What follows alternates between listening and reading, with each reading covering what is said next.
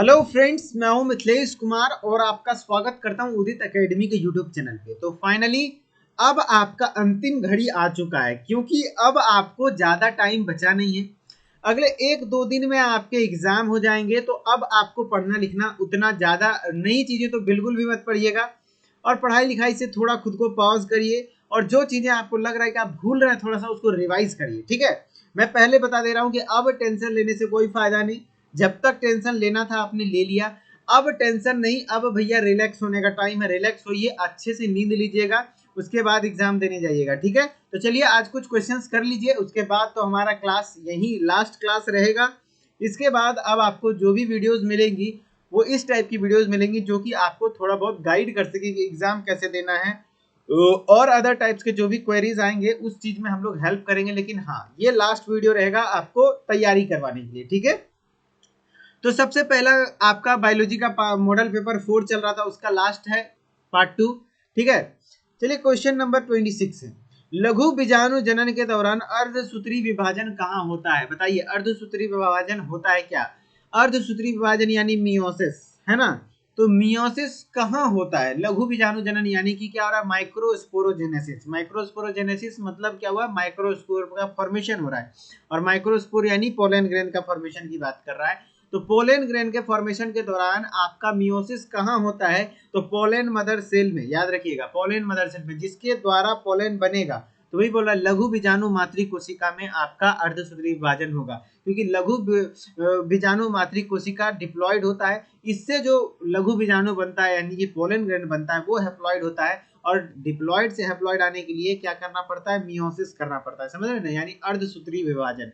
Okay, next है, leukaemia किसका cancer है? ल्यूकीमिया जो है वो किसका कैंसर है ना? ल्यूकीमिया किसका कैंसर है बताइए। तो ल्यूकीमिया जो आपका कैंसर होता है वो एक्चुअली, ल्यूकीमिया का मतलब क्या होता है? जब डब्ल्यूबीसी की संख्या आपका बहुत ज्यादा बढ़ जाता है, नॉर्मल रेंज जैसे कि 6000 टू 8000 माना जाता है, 11000 भी कहीं कहीं रहता है कि 6000 से 11000 तक आपका नॉर्मल रेंज है, 10 से 11 तक नॉर्मल रहता है। तो ये नॉर्मल कंडीशन है। हमारे सीबीसी यानी कंप्लीट ब्लड काउंट के रिपोर्ट में आप जब देखेंगे तो इतना होता ही होता है, इसके बीच में ही रहता है। लेकिन अगर जो मान लीजिए 70-80 हजार डब्ल्यूबीसी हो गया तो उस कंडीशन को हम लोग ब्लड कैंसर कहते हैं, जो कि ल्यूकीमिया का नाम कहलाता है। ल्यूकीमिया ये हमारा क्या कहलाता है बच्चा? ब्लड कैंसर कहलाता है। क्या कहलाता है? ब्लड कैंसर कहलाता है। तो आंसर क्या हो जाएगा? ल्यूकीमिया में आपका ब्लड हो जाएगा। ल्यूकीमिया में किसका कैंसर होता है? ब्लड का कैंसर होता है। ठीक है, क्योंकि डब्ल्यूबीसी कहाँ पाया जाता है? ब्लड में ही। हार्मोन्स जो रुधिर में पहुंचकर संपूर्ण शरीर में संचारित होते हैं वो क्या कहलाते हैं?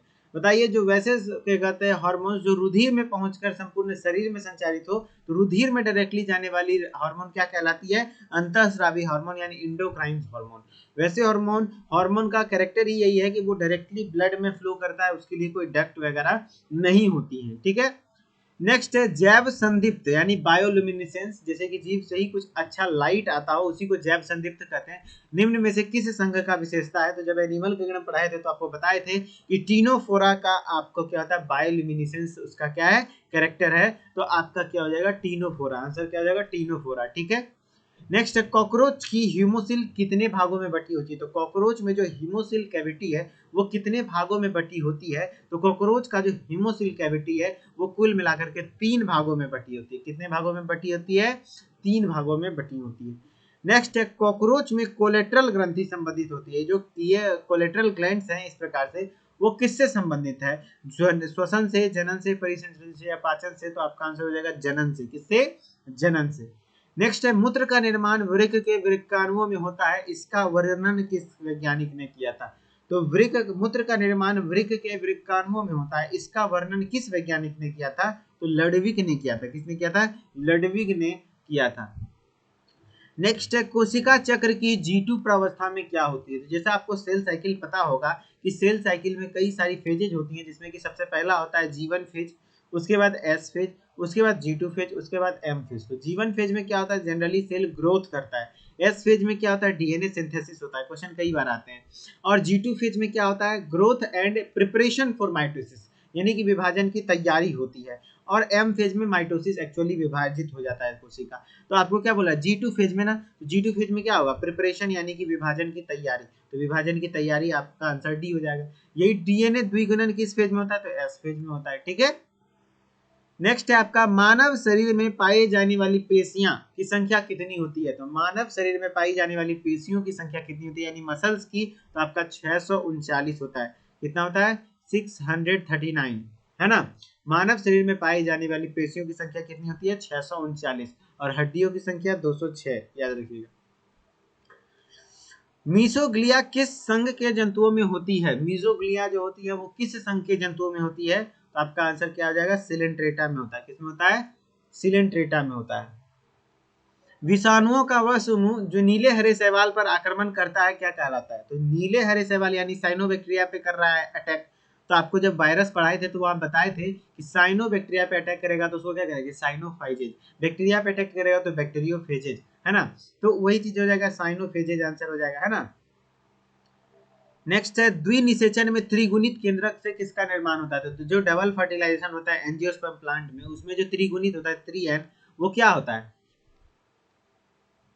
एक सेकेंड, एम्ब्रियोसैक, कुछ दांत के नीचे फंस गया है, हाँ एम्ब्रियोसैक हो जाएगा। क्या आंसर हो जाएगा, एम्ब्रियोसैक यानी भ्रूणपोष।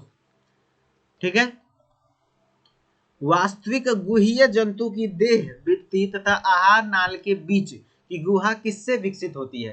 कहने का मतलब हुआ कि वास्तविक गुहीय जंतुओं की देह भित्ति या आहार नाल के बीच की गुहा किससे विकसित होती है। कहने का मतलब जो आपका आहार नाल है उसके बीच का जो वाल, अंदर का जो स्पेस है वो किस लेयर से, एक्टोडर्मल, मेसोडर्मल या एंडोडर्मल, तो आपका मेसोडर्मल होता है, यानी मध्य जनन स्तर से वो विकसित होता है।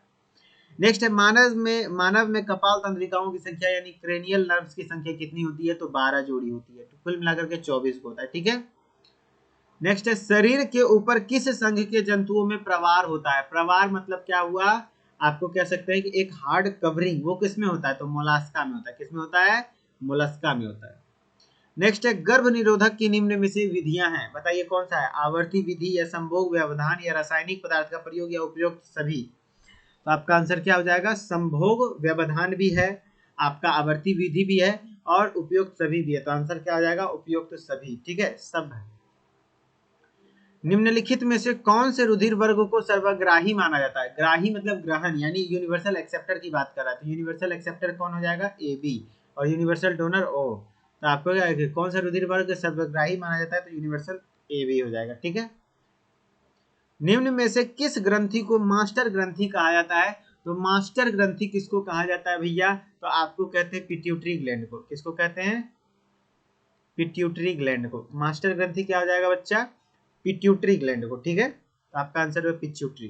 ठीक है, पादपों को बेंथम एवं हुकर ने कितने वर्गी के कुलों में वर्गीकृत किया था। तो कितने कुल में वर्गीकृत किया था, तो 202 कुलों में। बेंथम एवं हुकर ने भी, याद है ना, नेचुरल सिस्टम ऑफ क्लासिफिकेशन दिया था, तो 202 कुलों में वर्गीकृत किए थे।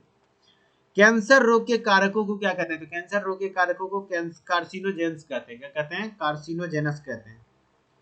एलिजा का पूरा नाम क्या होता है। तो एलिजा का पूरा नाम हमें बता, एलिजा टेस्ट है, किसके लिए टेस्ट है बताइए, एड्स के लिए, है ना। एड्स किस कारण से होता है, तो एचआईवी के कारण होता है। आपको पता होना चाहिए तीनों का फुल फॉर्म, एचआईवी का फुल फॉर्म, एड्स का फुल फॉर्म, और एलिजा का फुल फॉर्म। तो एड्स, एचआईवी का full form human immunodeficiency virus, AIDS का फुल फॉर्म होता है एक्वायर्ड इम्यूनोडेफिशिएंसी वायरस सिंड्रोम, और एलिजा का होता है एंजाइम लिंक्ड इम्यूनोसॉर्बेंट एसे। तो देखिए एंजाइम लिंक्ड इम्यूनोसॉर्बेंट एसे, तो पहला ही ऑप्शन हो जाएगा। ठीक है, नेक्स्ट है 5 जगत वर्गीकरण में प्रोकैरियोटिक जीवों को किस जगत में स्थान मिला। तो 5 किंगडम सिस्टम ऑफ क्लासिफिकेशन में जो प्रोकैरियोटिक जीव होते हैं, यानी कि प्रोकैरियोटिक ऑर्गेनिजम्स, उसको किस में मिला था, तो मोनेरा में मिला था। किस में मिला था, मोनेरा में। ओके, एटीपी का निर्माण माइटोकॉन्ड्रिया में कहाँ होता है। तो एटीपी का निर्माण माइटोकॉन्ड्रिया में, आपको पता होगा जो माइटोकॉन्ड्रिया होता है उसका कुछ इस प्रकार से स्ट्रक्चर्स होता है ना, कुछ इस प्रकार से स्ट्रक्चर होता है। आउटर कवरिंग या इनर कवरिंग, इनर कवरिंग में आपको अगर इनर कवरिंग को जूम करके देखिएगा माइक्रोस्कोप में, तो वहां पे इस तरीके से कुछ दिखेंगे। इसको हम लोग एफ नोड कहते हैं, इसको हम लोग F1 पार्टिकल कहते हैं। तो एक्चुअली एटीपी का निर्माण F1 पार्टिकल में होता है। ठीक है, तो आंसर क्या हो जाएगा आपका, F1 कणों में। आलू, अदरक, अगेव, ब्रायोफाइलम तथा जलकुंभी में पाए जाने वाले कायिक प्रवर्धनों का ठीक क्रम है। आलू में क्या आई बर्ड के द्वारा होता है, तो आंख। अदरक में के कहते प्रकंद हो जाएगा। ऑप्शन नंबर सी देख लीजिए, आलू में आंख, अदरक में प्रकंद। मैं कहूंगा याद करके चले जाइए, कहीं एक आध भी पूछ सकता है। अगेव में बल्बिल होता है। ब्रायोफाइलम में आपका पर्ण कलिका होता है, लीफ बर्ड। जलकुंभी में आपका भूस्थारिका होता है, जिसको हम लोग इकोर्निया पिसिटा कहते हैं, जलकुंभी को, है ना। ऑफसेट इसको इंग्लिश में कहते हैं। तो आंसर हो जाएगा सी। क्या आ जाएगा, सी। रेड डाटा पुस्तक में आंकड़े होते हैं। रेड डाटा पुस्तक में कौन सा आंकड़ा लिखा जाता है, वैसा जो कि अभी एक्सटिंक्ट होने वाला है, संकटमयी में है, तो वैसे को, तो संकटमयी जातियों को लिखा जाता है। ठीक है, चलिए इसी तरीके से आपका क्लास एंड रहा आज का। और आप लोगों को किसी प्रकार का कोई वीडियो चाहिए, नोटिफिकेशन चाहिए, इन्फॉर्मेशन चाहिए, तो बताते रहिएगा। हम लोग आपको जब तक कॉलेज नहीं मिल जाता तब तक आपके साथ हैं, कोई दिक्कत वाली बात नहीं। अच्छे से पढ़ते रहिए, सबका सिलेक्शन होगा, जितने लोग मन से पढ़ रहे हैं सबका होगा। ठीक है, चलिए मिलते हैं नेक्स्ट वीडियो में, तब तक के लिए धन्यवाद। Okay, bye bye.